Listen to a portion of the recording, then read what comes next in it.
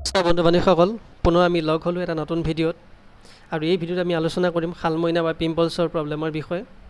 তো প্ৰথমতে আমি জানি লোৱা হওক ইয়াৰ যিবিলাক কাৰণ সেই কাৰণবিলাক কি কি হ'ব পাৰে। টোপনি ক্ষতি কৰিলে, হস্তমৈথুন কৰিলে, শৰীৰত দূষিত পদাৰ্থবোৰ বাঢ়ি ওলাই আমি বাধা প্ৰদান কৰিলে, শুক্ৰকোষত অধিক শুক্ৰ জমা হ'লে, অধিক স্বপ্নদোষ হ'লে, বীৰ্য ওলোৱা জোৰেৰে বন্ধ কৰি ৰাখিলে আৰু দুশ্চিন্তা কৰিলে আমাৰ শালমইনা সমস্যা হ'ব পাৰে। তদুপৰি দেহত হৰমনৰ তাৰতম্য হ'লে আমাৰ শালমইনা সমস্যা হ'ব পাৰে। এই ৰোগত যিবিলাক লক্ষণ সেই লক্ষণবিলাক কি কি হ'ব পাৰে আমি সকলোৱে জানো যে মুখমণ্ডলত সৰু সৰু ফুঁহা উঠে, কেতিয়াবা শৰীৰৰ আন ঠাইতো হ'ব পাৰে।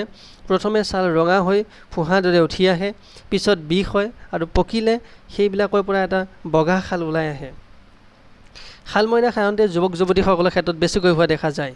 এতিয়া আমি জানো আহক প্ৰাকৃতিক বা ঘৰুৱা পদ্ধতি আমি কেনেকৈ শালমইনা সমস্যা নাইকিয়া কৰিম সেই বিষয়ে আমি জানো আহক। তো পকা অমিতা পিহি মুখত আমি ঘঁহিলে শালমইনা সমস্যাৰ পৰা আমি যথেষ্ট পৰিত্ৰাণ পাব আমি পাৰিম। মচুৰ দাইল ঘিউত ভাজি তাক বটি এৱা গাখীৰৰ লগত মিহলি কৰি মুখত কিছু সময় প্ৰলেপ দিলে আমি শালমইনা সমস্যাৰ পৰা পৰিত্ৰাণ পাব পাৰোঁ। গোলনেমুৰ ৰস ৰাতিপুৱা সুদা পেটত আৰু ৰাতি শোৱাৰ আগতে যদি আপুনি খোৱাৰ অভ্যাস কৰে তেতিয়াহ'লে আপুনি স্কিনৰ লগতে শালমইনা সমস্যা নাইকিয়া কৰিব পাৰিব। আৰু গোলনেমু এটা ফালি মুখত যদি আপুনি সানিব পাৰে তেতিয়া আপুনি শালমইনা সমস্যাৰ পৰা পৰিত্ৰাণ পাব পাৰিব।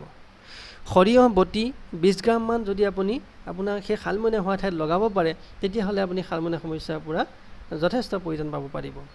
আমলখিৰ গুড়া আৰু অৰ্জুন গছৰ ছালৰ গুড়া, মুলতান মাটি আৰু বগা চন্দন পিহি যদি মৌৰ লগত আপুনি মলম কৰি সানিব পাৰে তেতিয়াহ'লে আপুনি শালমইনা সমস্যাৰ পৰা পৰিত্ৰাণ পাব পাৰিব।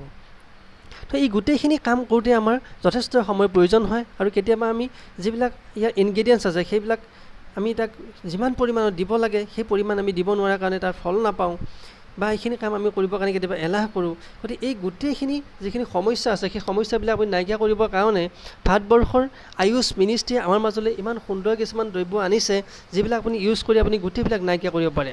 আৰু আমি সকলোৱে জানো যে শালমইনা সমস্যা আমাৰ তেজৰ বিসংগতিৰ কাৰণে হ'ব পাৰে। গতিকে তেজটো যদি আমি চাফা কৰিব বিচাৰোঁ তেতিয়াহ'লে আমি মাল্টিগাৰ্ড ব্লাড পিউৰিফায়াৰ আমি ইউজ কৰিব পাৰোঁ।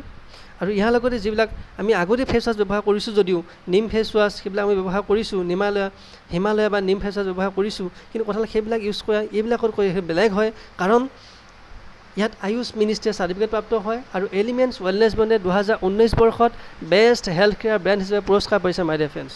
আৰু বিশেষকৈ এই দ্ৰব্যবিলাকত যিবিলাক চাইণ্টিষ্ট জড়িত আছে তেওঁলোক হৈছে ক্ৰমে DV Narayan, KC গৱান্দন, Satilal Patil, KK Rajesh আৰু এনেধৰণে খুব সুন্দৰকৈ পৰীক্ষা নিৰীক্ষা কৰি আমাৰ মাজত দ্ৰব্যবিলাক আনিছে। তো আশা কৰোঁ আপোনালোকে মোৰ ভিডিঅ' ভাল পাইছে আৰু যদি ভাল পাইছে মোৰ চেনেলটো ছাবস্ক্ৰাইব কৰিব আৰু কাষত থকা বেল আইকনটো প্ৰেছ কৰিব আৰু মোৰ ভিডিঅ'টো আপুনি মেক্সিমাম ফ্ৰেণ্ডলৈ আপুনি শ্বেয়াৰ কৰক।